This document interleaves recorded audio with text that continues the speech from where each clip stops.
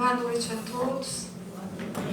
Que a paz do nosso Mestre Jesus possa nos envolver, que possamos unir pensamentos e corações para estudarmos juntos, mais uma vez nesta noite. Nós escolhemos um tema para a gente estar conversando, fazendo a nossa reflexão, um tema bem propício ao mundo atual que nós estamos vivendo, situações de conflito, as situações em que a gente vê muitas vezes a injustiça chegando a extremos, situação de sofrimento, de dor, de famílias às vezes dilaceradas, falta de estrutura familiar, tantas situações que a gente vê, e nós resolvemos trazer para a gente conversar um tema, um dos princípios básicos da nossa doutrina, da doutrina espírita.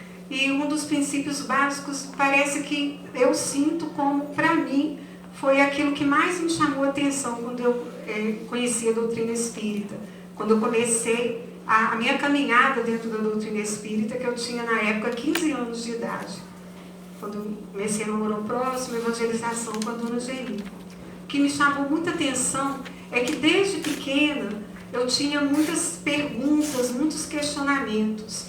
Mas as minhas perguntas, os meus questionamentos, muitas vezes os maiores deles pautavam nas questões das desigualdades sociais, de algumas pessoas sofrerem tanto, algumas crianças muitas vezes nascerem em situações de miséria, em situação de abandono, algumas situações que eu não conseguia entender onde que a gente via ali, onde estava ali a justiça de Deus. Então era um questionamento que eu tinha comigo.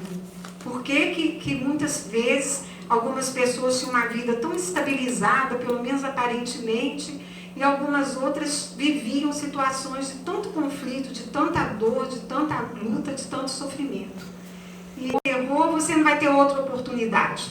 Você já vai desencarnar e você já vai ser punido no inferno para sempre. Outra questão que muitas vezes eu ficava pensando, na minha cabeça, né, de criança, de adolescente, nos meus questionamentos, e a gente acompanha a gente até hoje, era a questão do céu, como era mostrado. Então eu falei assim, do céu, você vai ficar lá os anjinhos tocando harpa, aí você vai ficar deitado. Eu sou muito ativa, eu gosto de trabalhar, de fazer as coisas. Eu falei assim, para mim isso não é felicidade. Eu gosto de fazer as coisas, sou bem ativa.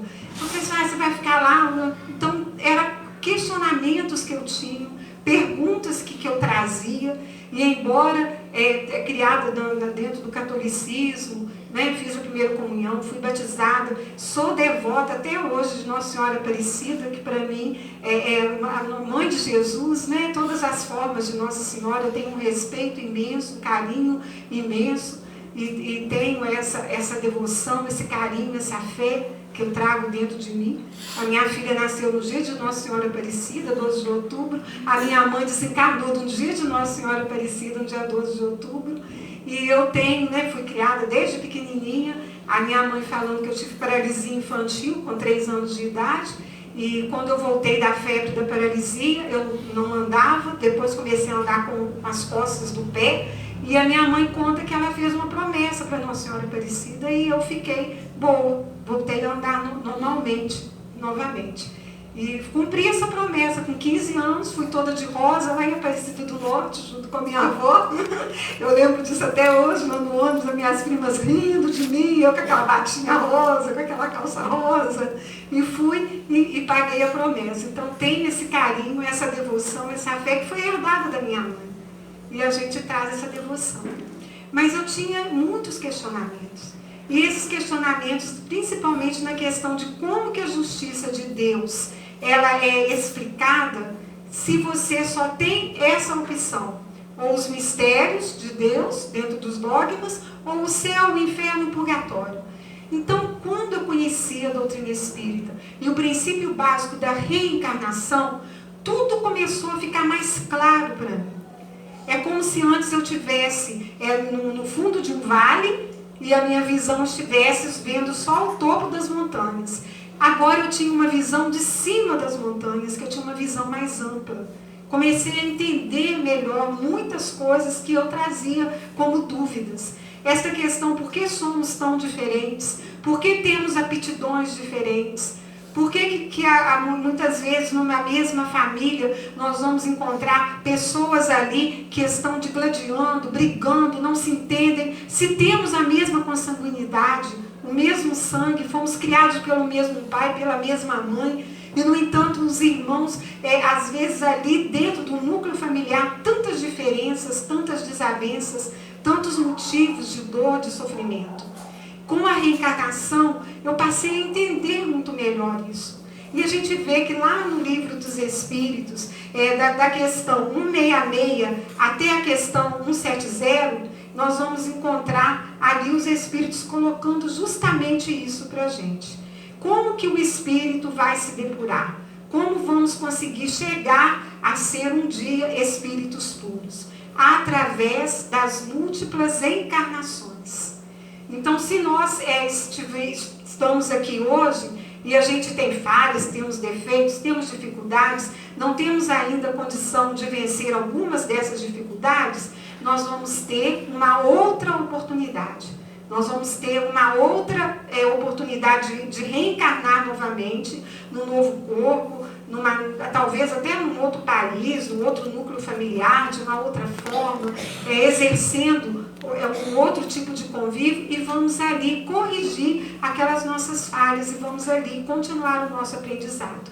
A gente pode fazer uma metáfora dessa reencarnação para a gente entender a finalidade da reencarnação. A gente pode fazer uma metáfora como uma escada que vai nos levar para um lugar melhor.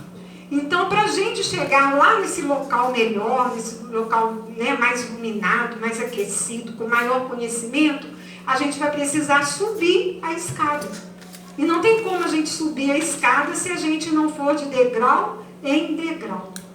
Então, cada degrau desse que nós acessamos, até chegar no topo dessa escada, que é o nosso objetivo, e o objetivo nosso é um dia sermos espíritos puros, espíritos perfeitos, espíritos evoluídos.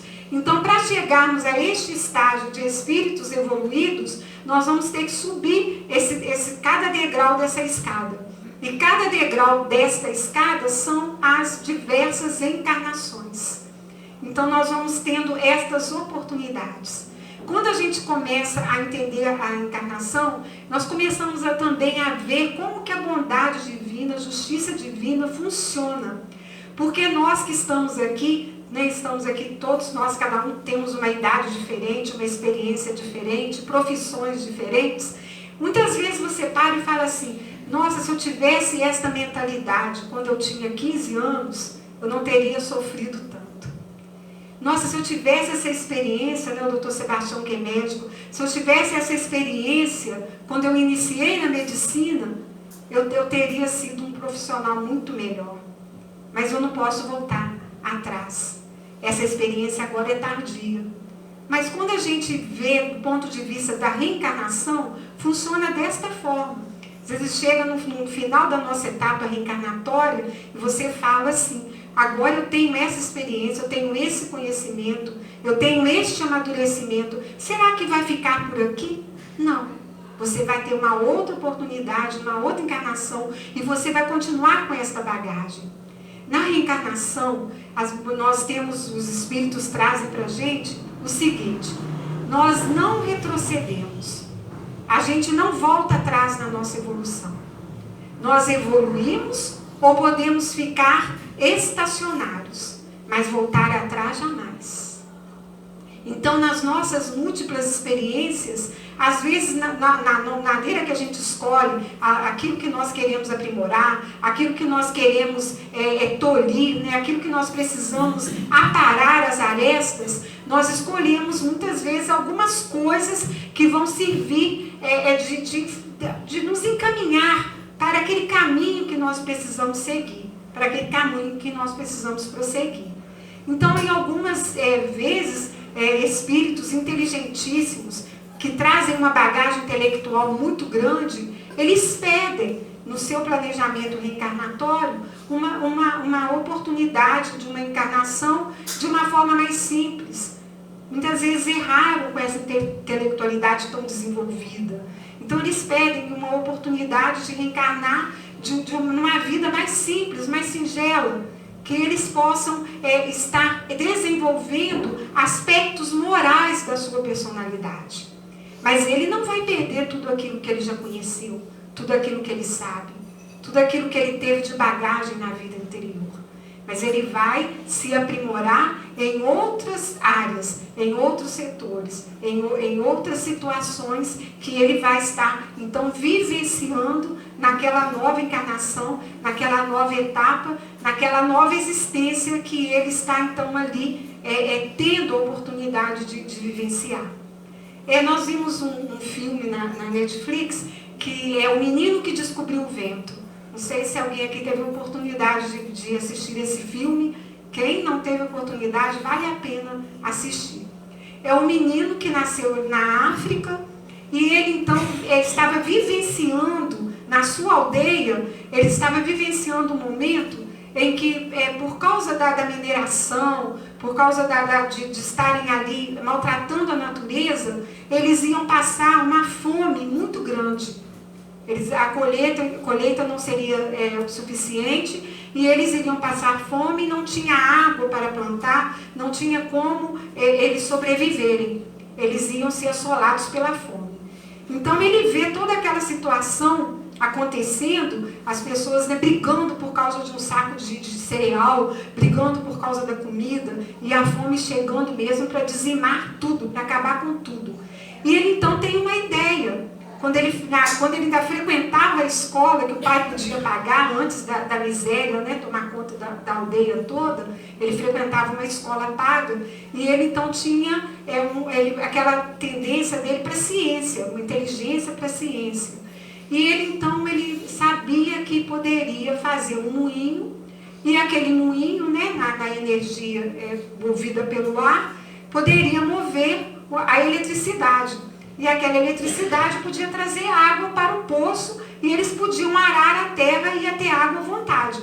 E ele então tem essa ideia na cabeça dele, e ele começa a estudar sozinho, escondido. A funcionária da biblioteca, com a ajuda do professor, deixa ele estudar os livros, e ele desenvolve esse moinho que trouxe a energia para a sua aldeia. E é muito interessante o filme, porque ele precisava da roda da bicicleta do pai dele para fazer o primeiro moinho. E o pai não queria dar a roda de bicicleta de jeito nenhum. E o pai batia nele, que ele era um sonhador, que aquilo não ia dar certo. E no final do filme ali, aquilo dá certo. E ele então ele vai para fora para estudar, e ele traz o progresso para a aldeia. Aí a gente vê assim, como que a gente vai explicar essa inteligência desse menino?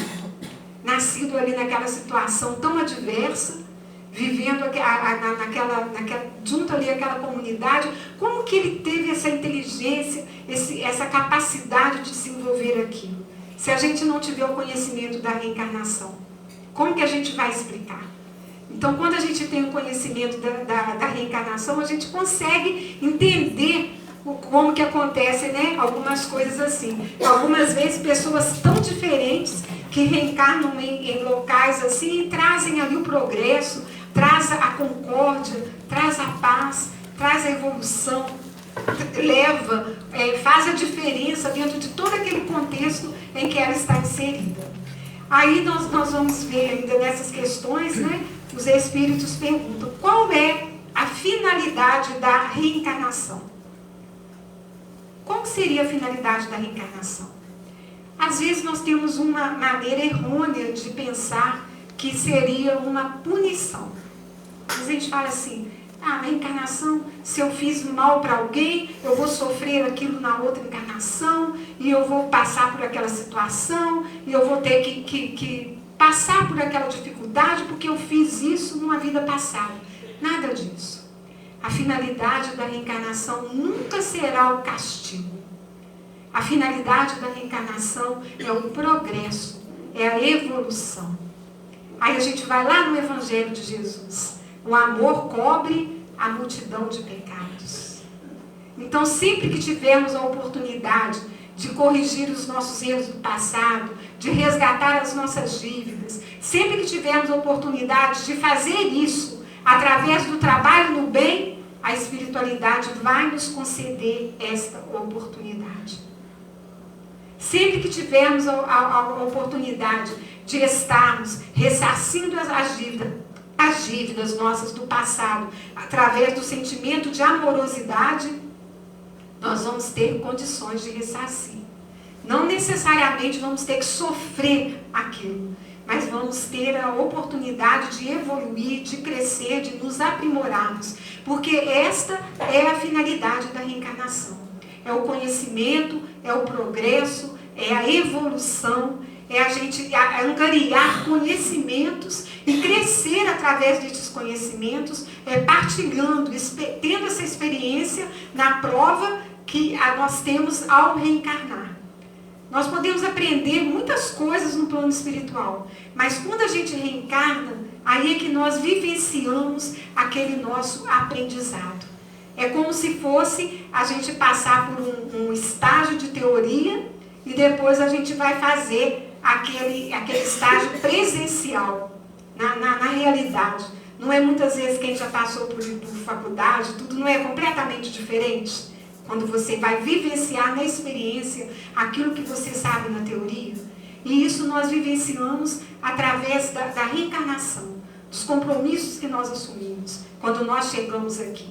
Aí que nós vamos ver realmente, reconciliar com os nossos adversários, que nós vamos estar ajudando na evolução do nosso planeta, na nossa evolução, no nosso crescimento, cada um de nós. Aí a gente vê que lá na frente, na questão 171, os Espíritos colocam para a gente a questão da justiça na reencarnação. Então a reencarnação, um dos fundamentos dela é a nossa evolução, como meio de resgate, mas é também uma consoladora esperança. Como que a gente vai ver isso, que a reencarnação ela é um consolo, uma esperança para cada um de nós?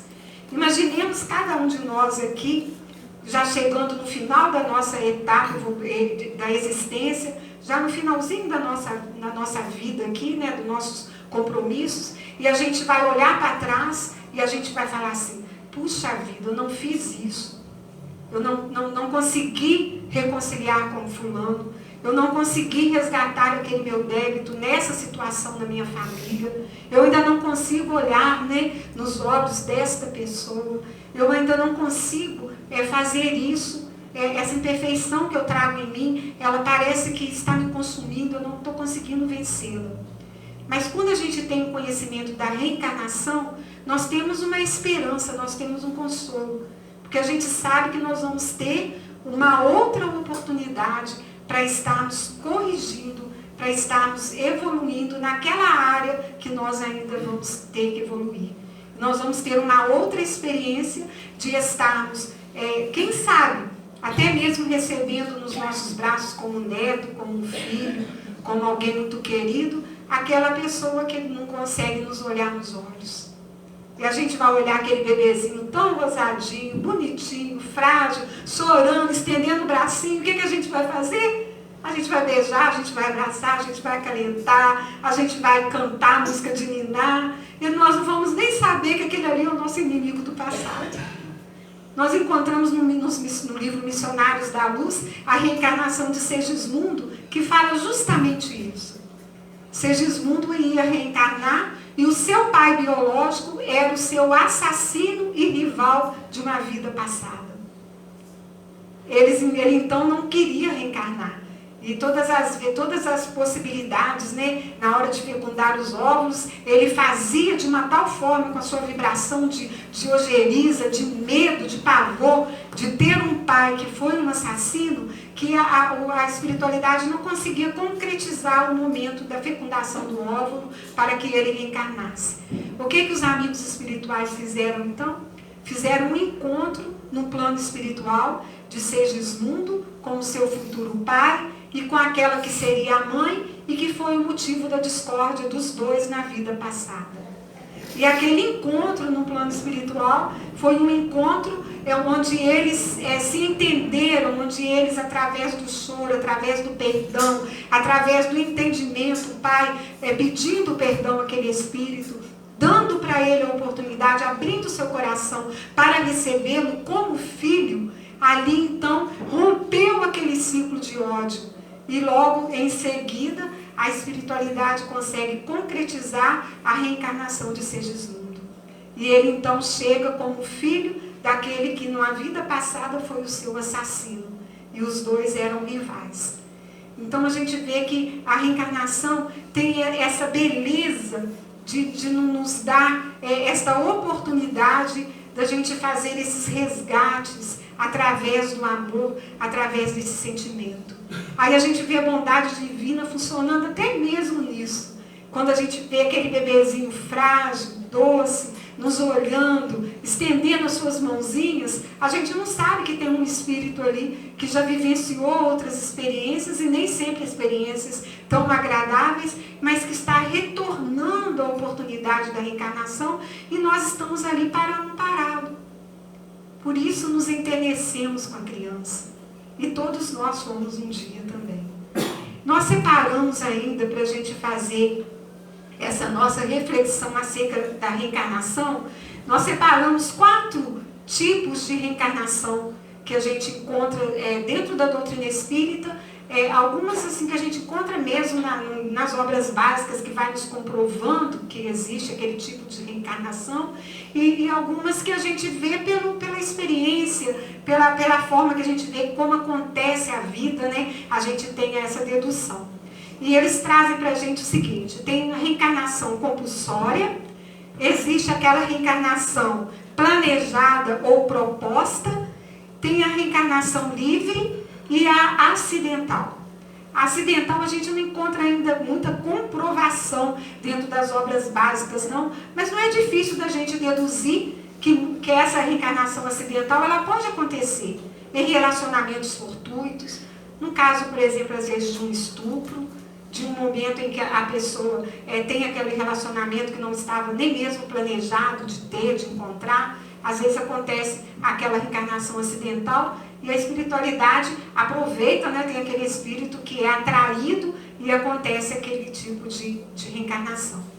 Tem a reencarnação compulsória, que é aquela reencarnação daquele espírito muito viciado, ainda pegado ao mal, apegado aos seus crimes, arraigado àquela situação dolorosa de sofrimento, e que os espíritos colocam para a gente na questão 262.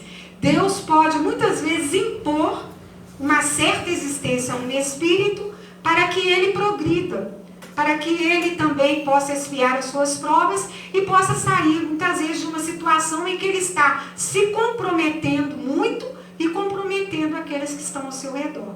Então assim acontece a reencarnação compulsória, onde o espírito não tem o consentimento do espírito, mas para o seu bem, para o seu progresso, para a sua evolução, muitas vezes que ele não está em condições de escolher, de participar desse planejamento, ele é então levado a reencarnar.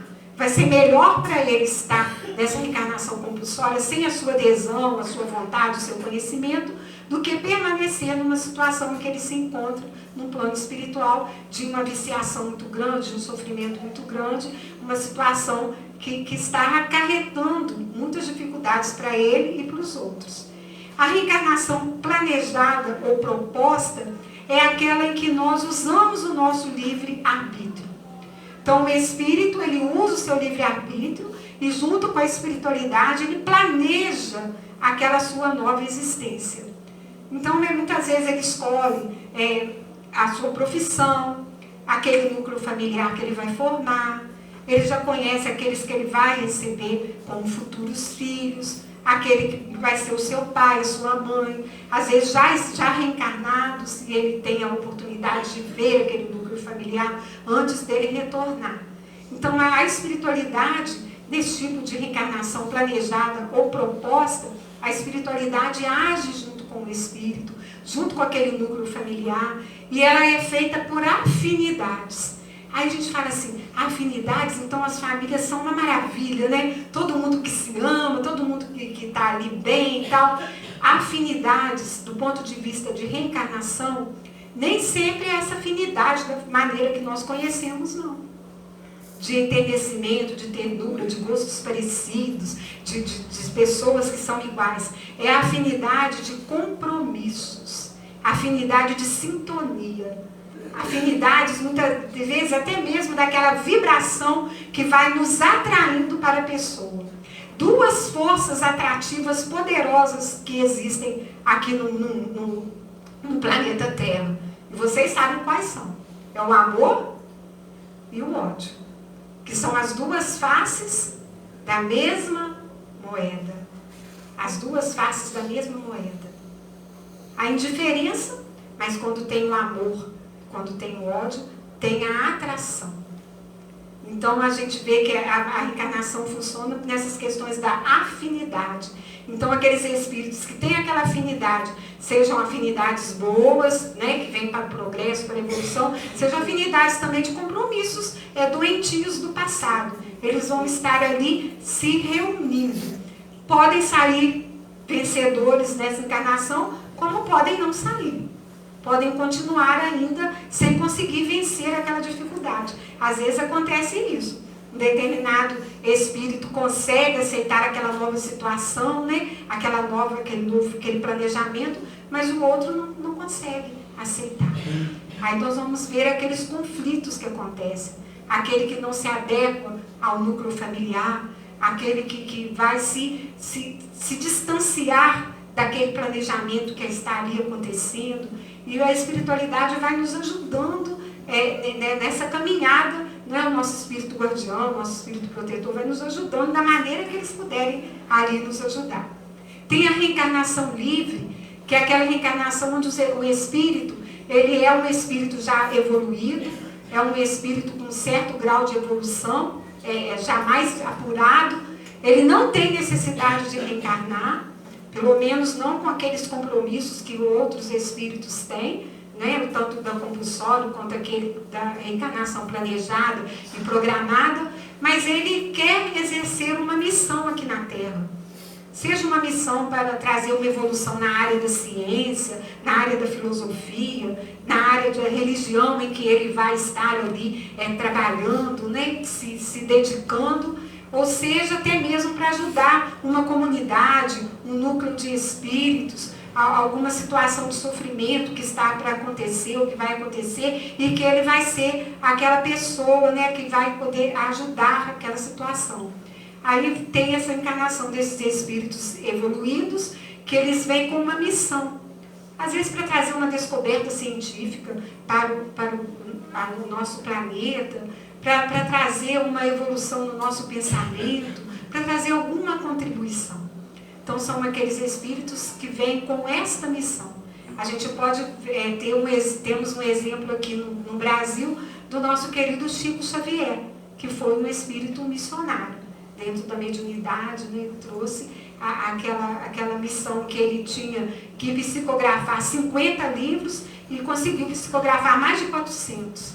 E através da mediunidade, ele trouxe esta popularização, né, para a doutrina espírita no Brasil. Divulgou a doutrina espírita de uma forma tão grande aqui no Brasil. E a reencarnação acidental, que a gente falou lá, que não é muito bem definido ainda, mas que acontece por essas ligações fortuitas, ou que acontecem e muitas vezes não está programado, não é aquela compulsória que foi ali já, teve que acontecer daquela forma, mas que às vezes acontecem dessas ligações. Então a gente vê que a compulsória, tanto quanto essa acidental, nós vamos encontrar às vezes espíritos que são comprometidos, que vêm para uma existência às vezes de muita dificuldade, existências de provações, né, de expiação, existências às vezes que eles passam por situações de muito sofrimento. Aí a gente, já está encerrando, né, já está quase no nosso tempo, antes de encerrar, a gente vai falar assim, mas será que dentro do Evangelho de Jesus, ele fala de reencarnação? Será que Jesus fala de reencarnação? Ou será que a reencarnação é uma invenção da doutrina espírita? A gente vai ver que a reencarnação, ela já existe, esse conhecimento, em doutrinas milenares. Lá na Índia antiga, na China, os antigos egípcios já falavam de reencarnação. Eles acreditavam, os egípcios acreditavam que os espíritos voltavam em corpos de animais. Mas era uma forma de acreditar que o espírito retornava. A gente vai ver que aquela forma em que eles faziam as múmias, mumificavam o espírito, é porque eles tinham essa ideia do retorno do espírito ao corpo. Só que eles não tinham aquela ideia exata que não era naquele mesmo corpo, era num outro corpo, numa nova existência, numa nova oportunidade. Mas já traziam aquele conhecimento. Então, muitas religiões antigas, lá do Oriente, trazem este conhecimento da reencarnação. E nós vamos ver que Jesus também falava da reencarnação. Mas quando ele fala que João Batista foi a reencarnação de Elias, que João Batista era Elias que tinha retornado. Quando nós vamos ver que Nicodemos, o doutor da lei, procura Jesus ali às escuras para conversar com Jesus, escondido, das outras pessoas, quando ele procura Jesus e ele pergunta como que a gente poderia fazer para conquistar o reino dos céus, que Jesus tanto falava, para chegarmos a essa perfeição. Jesus então fala com ele que era preciso nascer de novo. Ele pergunta, mas como que um homem já crescido, velho, pode retornar ao ventre da mãe e nascer de novo? Jesus então fala que aquele que é nascido aquele que é do Espírito é Espírito, aquele que é nascido da carne é da carne. Então era preciso retornar novamente no corpo, porque nós sabemos que o nosso corpo ele é composto um tanto mais de água. Então quando ele fala disso para ele, do Espírito, da água, da carne, era retornar numa nova vida, numa nova encarnação. E quando o Nicodemos ainda continua questionando, então Jesus fala, se você que é um doutor da lei não consegue entender, como que as outras pessoas conseguiriam entender? Então nós vemos que Jesus, ele falava da reencarnação. A reencarnação nós vamos encontrar no Evangelho, ele colocando e ele falando da reencarnação de uma forma muito clara. A gente não entende se a gente não quiser entender.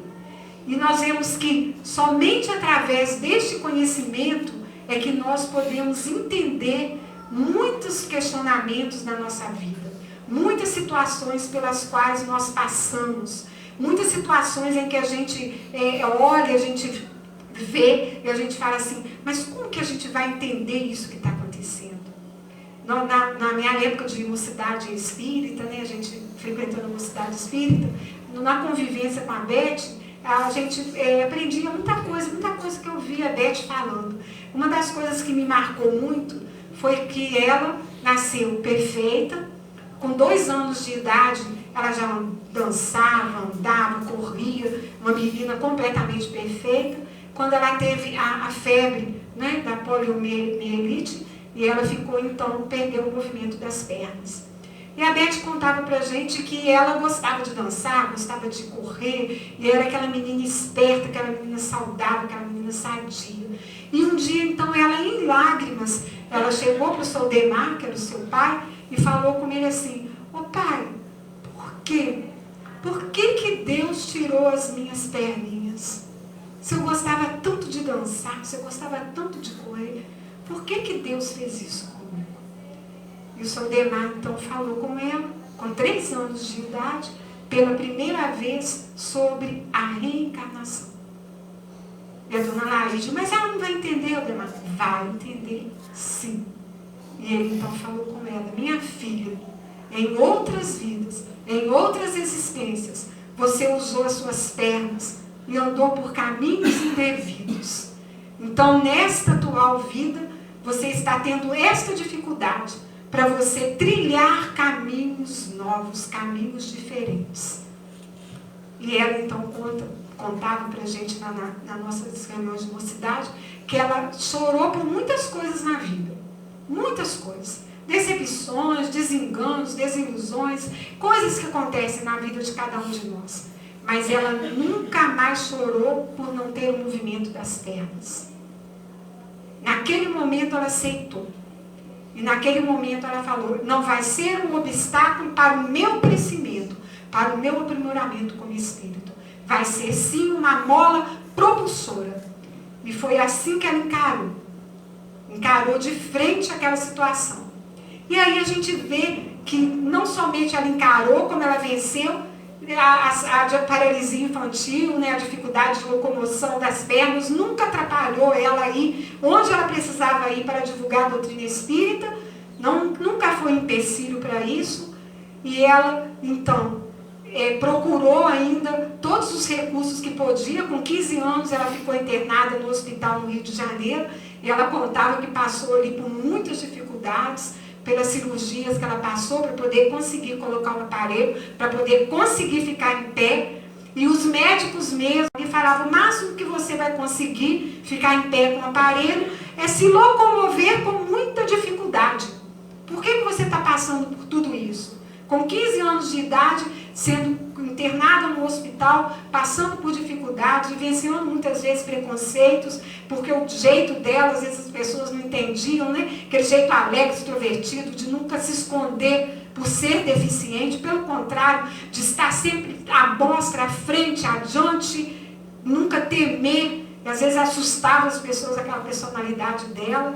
E ela então respondia, como ela falava que respondeu para mim, e ela respondia quando a pessoa falava: eu estou passando por isso tudo, porque eu quero falar de Jesus em pé. Eu quero falar de Jesus em pé. E quem conheceu a Beth, que viu ela naquele aparelho, naquela muleta, entrando pelo amor ao próximo, em pé, com aqueles passos lentos, olhando de um lado, olhando para o outro, olhando nos olhos de todo mundo. E quando ela chegava na mesa e ela ficava em pé, e nos últimos dias dela, ela falava: filha, eu sinto tanta dor no braço, tanta dor na coluna, mas eu faço questão de fazer as minhas palestras, de falar de Jesus. Enquanto eu conseguir, eu vou falar de pé. Essa é a aceitação da reencarnação. Dos limites que ela nos impõe, não para nos tolir, para nos fazer vítimas, sofredores, pessoas carentes da misericórdia das pessoas ou da piedade das pessoas. Mas não, guerreiros, revolucionários, transformadores da nossa existência, da nossa vida. É a gente olhar as nossas dificuldades e falar assim: ainda bem que eu tive essas dificuldades, que me ajudaram a crescer, que me ajudaram a ser uma pessoa melhor, que me ajudaram a ser mais humano, mais coerente com os ensinamentos do Cristo. É quando nós olhamos para dentro de nós e a gente olha para a gente e fala assim: eu não sou um coitadinho, vítima de ninguém. Eu sou o construtor dos meus próprios atos, das minhas próprias decisões, das minhas próprias atitudes. Eu não estou carregando o fardo do outro, não. O fardo que eu trago, o fardo que eu carrego é meu. É minha responsabilidade. É a minha colheita. Eu semeei, eu estou colhendo. E eu vou colher com dignidade. Eu vou colher olhando para o alto, olhando para frente, caminhando, sem deixar cair. Como Cirineu ajudou Jesus a carregar a sua cruz. Naquele momento em que ele estava ali, nós às vezes temos aquele amigo que nos ajuda e segura um pouco aquela cruz que nós carregamos, mas ela é nossa. É a lição que Jesus nos deixou no último momento do seu evangelho. Tome a sua cruz e siga-me. Siga-me. Erga a sua cruz. Perdoe aqueles que te fazem sofrer. Carregue aqueles momentos de dor, aqueles momentos de sofrimento, não para te diminuir, não para te tirar do caminho do bem, não para te tornar uma criatura amarga, uma criatura sofredora, mas para te fazer um ser humano diferente, um ser humano capaz de amar em toda a sua plenitude, de vencer as suas dificuldades. Então essa é a nossa mensagem na noite de hoje. Estamos hoje reencarnados, temos os nossos compromissos. O que nós somos na vida passada não nos interessa hoje. As tendências que nós trazemos vão nos mostrar o que nós fizemos no passado, não muito distante. Aquelas nossas afinidades hoje que estão nos ferindo como espinhos, que são os nossos Oremos por eles. Agasalhemos essas criaturas no nosso peito, no nosso coração. Se não podemos olhar nos olhos deles, não podemos ainda abraçá-los, não podemos ainda nem pedir perdão e nem que ele aceite o nosso perdão, que pelo menos tenhamos a condição de orar por eles e de trazê-los no campo da nossa oração e das nossas melhores vibrações. Se estamos hoje tendo aquele compromisso na nossa família, com aqueles espíritos que nós escolhemos, que nós acolhemos e que estão aqui conosco caminhando e que trazem as suas dificuldades, não vamos ficar na beira do caminho, levantando os seus defeitos, as suas falhas, colocando ali as dificuldades e achando que eles estão aqui para impedir nossa evolução, o nosso crescimento. Mas vamos olhar para eles e vamos falar: Senhor Jesus, me ajude a acolher esse irmão, para que eu possa compreender que ele traz para mim um reflexo meu de vidas passadas, e eu estou aqui hoje caminhando com ele para aprender a amá-lo, para aprender a aceitá-lo como ele é, como ele se mostra, como ele está aqui, que eu possa acolhê-lo, que eu possa abrigá-lo. Tanto para aqueles que estão encarnados caminhando conosco, que são os nossos calos, né, os espinhos do nosso sapato, quanto para aqueles espíritos que ainda nos influenciam para o caminho do mal. E que nós, todas as vezes que sentimos a presença deles, oremos por eles. Meus irmãos, o que eu fiz para vocês estarem me tratando desta forma? Hoje eu sou diferente, estou tentando ser diferente, e vamos acolhê-los a todos com muito amor. Esta é a mensagem da reencarnação.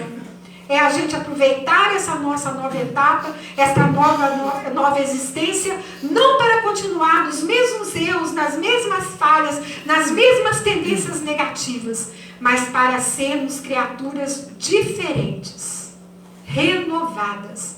Reencarnação é transformação. É a justiça divina estando junto com a gente, falando: faça uma colheita nova. Faça uma colheita diferente. Não plante ódio, não plante indiferença, não plante espinhos. Porque quando a gente planta espinho, a gente mesmo que volta pelo mesmo caminho. E vamos fazer diferente do que nós já fizemos nas vidas passadas. E Jesus, com certeza, vai estar ali do nosso lado nos ajudando. E quando a gente vê aquela dificuldade, que a gente possa ter coragem para vencê-la com muita força de vontade, porque não é impossível quando a gente tem essa força de vontade. É o que os Espíritos colocam para a gente. Muitas vezes o que falta para a gente, para vencer as nossas paixões inferiores, é só vontade. Que Jesus nos abençoe a todos. Perdoa esse finalzinho aqui meio assim, empolgado, né? É que ontem, né, o Ive, a Beth está usando agora a tecnologia para poder falar com a gente, sabe? Está usando a tecnologia. Eu estava pensando muito na Beth, estava muito desanimada com todas as tarefas, né, da Casa Espírita, seja da palavra, da evangelização. Tenho andado um pouco desanimada assim, com as tarefas. E aí eu estava passando roupa, cheia de trabalho de casa, aí eu dá aquele sinalzinho do WhatsApp, aí eu vou ver a Lívia. A Lívia mandando uma mensagem da Beth pelo WhatsApp. A Lívia começa a falar e começa a chorar. Filha, a Beth está falando aqui para você deixar brilhar a sua luz, para você não abandonar as tarefas, para você prosseguir. E ela começou a falar e chorar muito. Aí ela pegou e falou assim: depois a gente conversa, filha. Aí eu desliguei, aí eu mandei uma mensagem para ela agradecendo tudo. Aí ela tornou a ligar, aí já era a Lívia, né? Já não estava chorando. Ela falou assim: Zezé, mas ela é danadinha, está usando até tecnologia para poder falar, mandar a sua mensagem. Eu falei assim: realmente, Lívia, eu estava aqui desanimada, estava tristonha, pensativa, e veio essa mensagem sua, que era a Beth mandando a mensagem. Estão usando a tecnologia para poder mandar a mensagem. Então, tempos modernos, né? A gente ia penar com ela, né, Alexandre? Então, que Jesus nos abençoe a todos. Obrigado pelo carinho, pela vibração amorosa. E que a mensagem da Beth para mim ontem seja para todos todos nós, né? Vamos deixar brilhar a nossa luz. Não vamos deixar que ela se apague, não, tá, gente? Muita paz para todos.